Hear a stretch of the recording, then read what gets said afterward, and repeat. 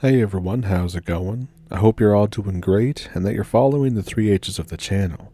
In this video, it's all about stories from remote areas that may make you think twice before going off grid.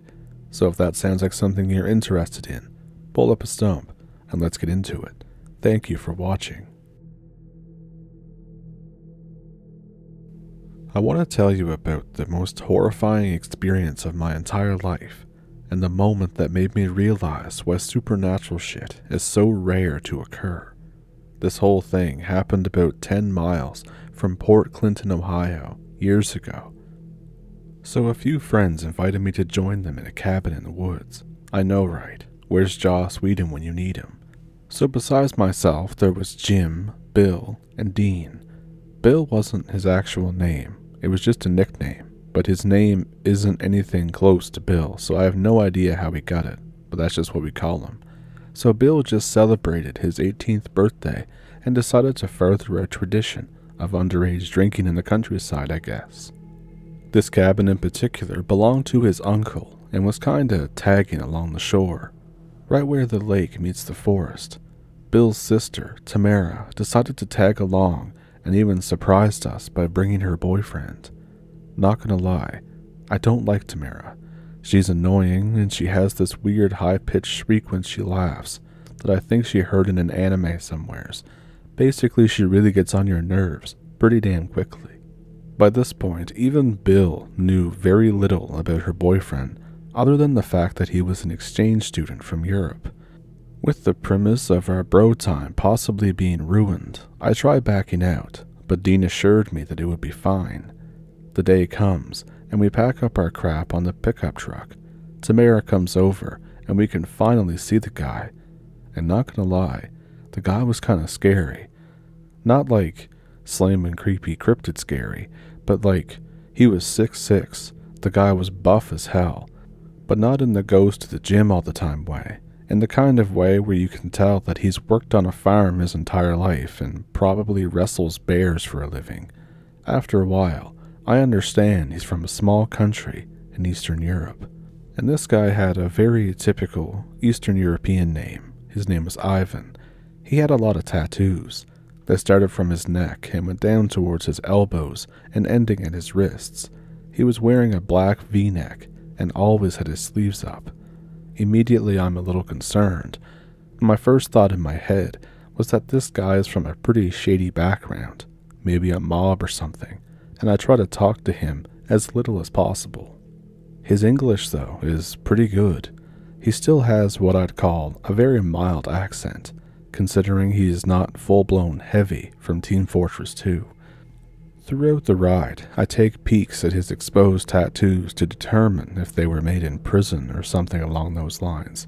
Yes, I'm kind of an asshole. Deal with it. They all seem to be lines from scripture and crosses, though. That shit got me even more concerned, since iconography like that doesn't stop the cartels from murdering everything. We arrive and set up the grill next to the cabin. The building itself is nothing really special to look at. It looked more like an improvised hunting shelter or something. We start chugging, and soon enough, Ivan doesn't seem as suspicious. He was a man's man, so to speak, and also shared with us very interesting trivia over his country of origin. He seems like he might just be a bro. Booze, bacon, and beef saturation have all been initiated for our good time. It's a pretty yummy heart attack. Ivan and Tamara are getting pretty frisky with each other and decide to slip toward the cabin. Bill says, "Please do not have sex where we're going to sleep, Tams." Tamara seemed to just ignore him and lead Ivan on, tugging at his hand that could probably be used as a hammer. They barely reached the door when we heard this noise. It was brief, but it was there. A very high-pitched shriek, almost. It was kind of like a death rattle that happened instantly, but we figured it was from a small animal, especially since we are where we are. There's probably a lot of small animals around. So my nope level is on pretty low alert for now. Dean just mumbled, "Oh, the animals are getting at it too, I guess." Tamara was a bit spooked, but latched on to Ivan. As I looked at him, I noticed Ivan wasn't moving at all. His eyes were dead centered on the woods. His body was tense. "Don't tell me you're scared, dude," Bill poked at him. "I am. Your forest dwellers sound so different," he bellowed. Suddenly, we heard movement coming from the forest. A massive shadow shot itself from a trunk and headed for the fire. The thing was black as tar and had an elongated, wiry humanoid body. Its footsteps thumped quickly toward us. By this point, it was quite dark out. I saw fur glistening in the moonlight, but there was more. Around it swirled something like a miasma. The fur was patchy, and soon I saw old burnt flesh peeking underneath it as I rushed back. And I know a lot of people in stories like this talk about a blood smell or a copper smell, but this had nothing of the sort. It smelled like sulfur, pure sulfur. We all ran inside the cabin, bolted the door, and basically awaited death. You know when they usually tell you that in a moment like this, you feel like you're going to shit your pants? That's not true for me. And I think for most people, your stomach is in such a ball of emotions, and you feel cold, and you just shake uncontrollably. Tamara blacked out after looking at the window. The thing was just observing us from it, like we were simple prey. It had no face, no scary red eyes, no giant sharp teeth. It was just a wiry, elongated body with clawed long limbs and patches of fur. There were some rags around its body and 2 large twigs on its head, as if it was supposed to be some kind of crown. Bill threw up. James almost followed Tamara as he was about to collapse. Just looking at it made me feel so weak. I crawled up to one of the sleeping bags and went past Ivan. Ivan was looking at it. He wasn't moving. I was glaring at them for what seemed like an eternity. The thing didn't like the stare-off, it seemed. Its clawy, sinewy arm burst through the window and reached for Ivan. He ducked to the side as the whole creature burst through into the cabin. I was looking at him in disbelief. Ivan was slapping the thing. Maybe he did not think this was really happening. I'm not sure why, but the thing just passed Tam and James, who were lying on the floor. It didn't even acknowledge me. It was focused on Ivan. Ivan hurled himself toward the empty fire pit of the cabin and grabbed the old iron fire poker. And what followed next is one thing that kind of reminds you of why humanity is on top. The thing was pissed and hurled itself towards him. Ivan plunged the poker deep into the non-face thing of that thing. That's a shriek I would never forget. The only thing I can compare it to is the noises that cats make when they're in heat. Imagine like 20 cats doing so, all together. Ivan isn't done. He proceeds to twist and turn the poker and tackling the thing to the ground. The guy was also saying something in his native language, which he told me later was some sort of protection prayer. The thing did something weird then. It shriveled a bit and looked almost distorted. It clawed backwards through the shattered window frame and into the woods, almost like it was going in reverse. We managed to get home safely. We stayed for a while afterwards to calm down and make sure everybody was okay. There were no further events. After all of it, we managed to get home safely, and as of this day, Tamara and Ivan are still together, and I couldn't be happier for them. I'm glad to have him as a friend. I highly doubt any of us are going to go visit that glorified hunting cabin ever again.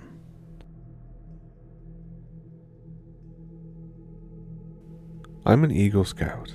For those unaware of what that is, it's the final step in Boy Scouts. It's the absolute greatest and most dangerous activity that a teen can take part in. I've camped out all over the Northeast, and I have seen what lives behind the suburbs, just right out of sight. If any other scouts are here, I figured that you may have seen them too. This story is about a creature that I've named the Man of the Woods. I figure people need to know what may live just in their backyard. This happened 12 years ago. I was camping up near Albany. It was the middle of January and cold as all hell. And for once, we slept in a cabin instead of tents. Our plan was to get to the site on Friday, sleep over, go to some indoor rock climbing gym on Saturday, then come back and leave Sunday. I forget now exactly what campground we were at, but there was a huge frozen lake in the middle. We arrived on Friday night, and it was already dark out. This was no big deal, since we didn't have to set up any tents. But because some of the younger scouts were doing their first class cook, we had to go outside and make some dinner. Well, the younger scouts had to. Us older ones just wanted to go screw around in the woods. I grouped up with my twin brother, who I just call Bro, and Shane. My twin brother is a leader of sorts, very quick-witted and not afraid to take charge. Shane's a year younger than us and content to follow his lead, as am I. For a while, we walk along the outside of the lake, throwing rocks onto the ice and watching it crack. And then we see this shack. It's red in color, like a miniature barn. It's dirty as hell. It smells like rotting fish and has a big lock on the door. There's a window on the side. Seeing this was already a big no for me. I even said, "Bro, maybe we should go back now. It's cold as hell and they've probably got at least cheese and crackers out by now. I'm hungry, dude." Naturally, my twin brother calls me some variation of a homo and makes Shane walk up to the window. He's clearing snow off the window when a voice comes from inside the shack. It sounds like an old man, sort of quiet and sad. I can't make out what it said, but Shane jumps a foot in the air at whatever he hears this guy say. We start to run away. You never know what sort of freaks you'll find out in the woods, especially the New York woods. The night is quiet. It's easy to hear the sound of something banging behind us. We sprint the hell out of there and don't stop until we arrive back at the cabin. Bro and I were on the cross-country team. Shane was sort of pudgy, but he still kept up, even if he lagged behind just a little bit. We still make it back all in one piece, okay? I turn to Shane, and I ask him what exactly the voice said to him. It's not often I see this kid get scared. Usually, he's the dude that will hide in your sleeping bag until 3 o'clock in the morning, trying to pull off some dumb scare. But right now, his face was white, and he looks like he's a second away from having a stroke. Shane wouldn't tell me what he said. He just mumbled something about a crazy hobo. We went inside to tell the scoutmasters what had happened, but they just brushed it off as us kids screwing around in someone else's campsite, and that's all there was to it. Bro and I sort of calmed down about it and just kind of tried to push it to the back of our heads, but Shane was still freaked out. Later that night, he wakes me up. This dude's got a piss, and the outhouse is outside. Technically, we have to stick with the buddy system rule when going out, but nobody really bothers with it at night because you don't want to be known as the jerk who wakes people up to take a piss. I tell him to screw off, but he gets frantic, talking about the man of the woods. I remember thinking to myself that the way he phrased it sounded really weird, so I got on my boots and I got ready for the terrible Arctic journey to the outhouse. The first thing I noticed as soon as I got outside was the cold. The second thing I noticed was the full moon. I had seen silver bullets a week earlier, and admittedly, I was still on edge, a bit freaked out. Shane goes inside the outhouse, which is about 100 yards away from the cabin, close to the frozen lake, like maybe for draining or something, I don't know. The dude's taking his sweet time, so I unzip and start doing my business on a tree nearby. There is no doubt in my mind that if I hadn't been upwind for what came next, I wouldn't be here typing this out in my room right now. Out of nowhere, I smell rotting fish. and I turned to the lake. There's something out there on the ice. It was too far away to make out any real details, but the thing was almost human. All that gave it away as being something else, maybe, was the fact that its limbs were just a little bit too long for its torso. Later on, I would realize that the ice was too thin, and nothing should have been able to walk, let alone run like that on it. But nevertheless, the thing was running straight toward us, about 300 yards away. My survival instinct started kicking in at this point. I started banging on the outhouse door, telling Shane to get the hell out of there. Something was coming our way right now, and we had to get back to the cabin. There's silence in the outhouse. Then I hear Shane mumble something crazy. I'm staying here. The man of the woods can't come in or out without an invitation. I said, Shane, what the F are you talking about? I started pounding on the door harder. He knew my name, man. How did he know my name? At this point, I've decided that this kid has totally lost it. I bang on the door one last time. I look at the creature, which is now about the same distance away from me as I am from the cabin, and I start sprinting back. I don't stop until I get inside. The smell of rot follows me in. I wake everyone up. I tell them that something is out there and it's gonna get Shane. The younger scouts think it's a prank, but the older ones know better. Almost all of them have seen or felt weird shit out in the woods that couldn't be explained. It's at that moment that I realize that the scoutmasters aren't even here. All the vans were gone. Once again, they've left us to either stay in a warm hotel or they're passed out at a bar somewhere. Not including Shane, there are 12 scouts here, ranging from 12 to 16 years old. All of us rushed to the window facing the outhouse. The door has been ripped off. Shane is just standing there, not moving. We put it to a vote and decide that if all 12 of us go outside together, it should be safe. We get out some shovels and kitchen knives as weapons. Personally, I grabbed a can of spray deodorant and my lighter. Bro does the same. We go outside. As soon as we got outside, I knew that something was wrong. I could feel this thing's gaze coming from somewhere, but I didn't exactly know where.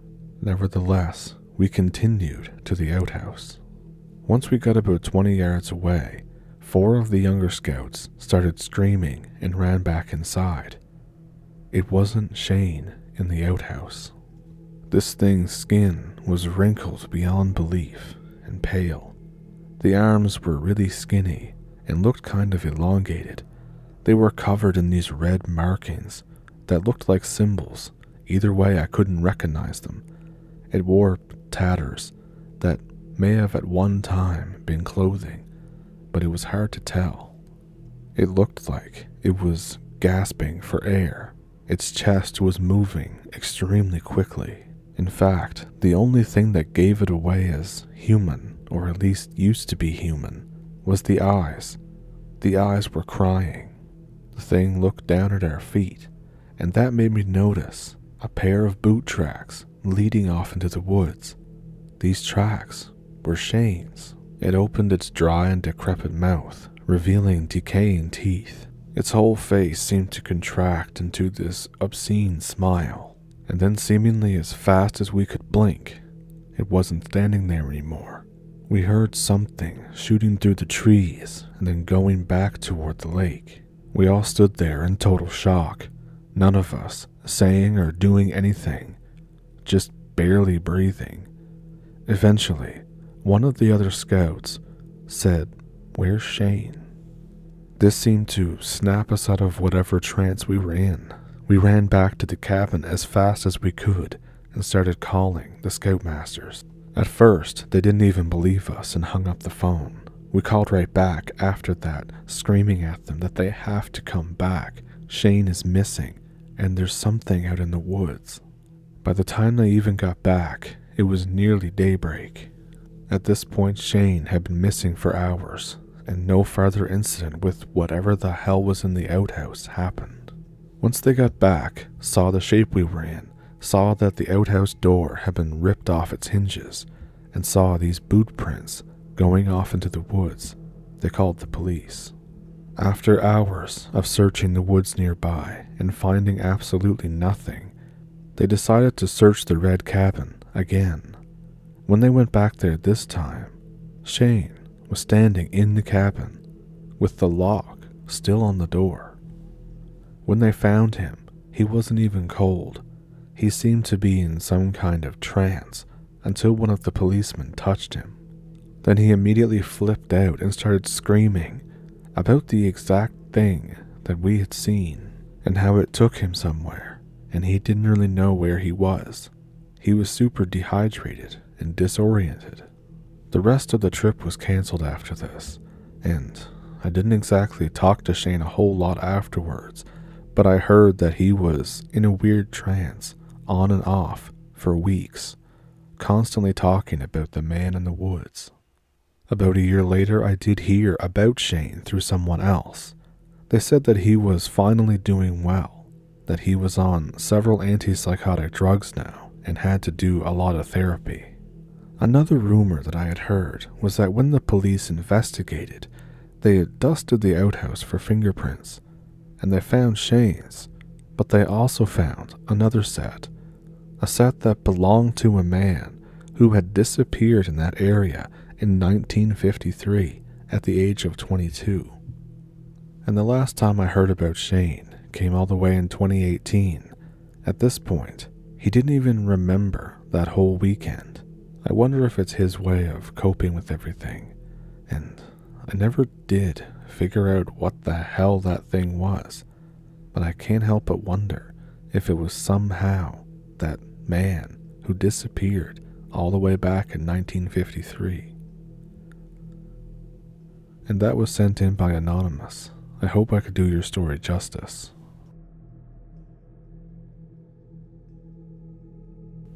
So, those were some pretty intense encounters, weren't they? Have you had an encounter in a remote area that you'd like to send into the channel? I have an email in the description below that you can send them to if you'd like to. Also down there are links to a PayPal and a Patreon if that's something you're interested in, to support the channel that way. And with that, I hope you have a good weekend, a good week, and I will see you Wednesday. Thank you for pulling up a stump, and thank you for watching. See you then.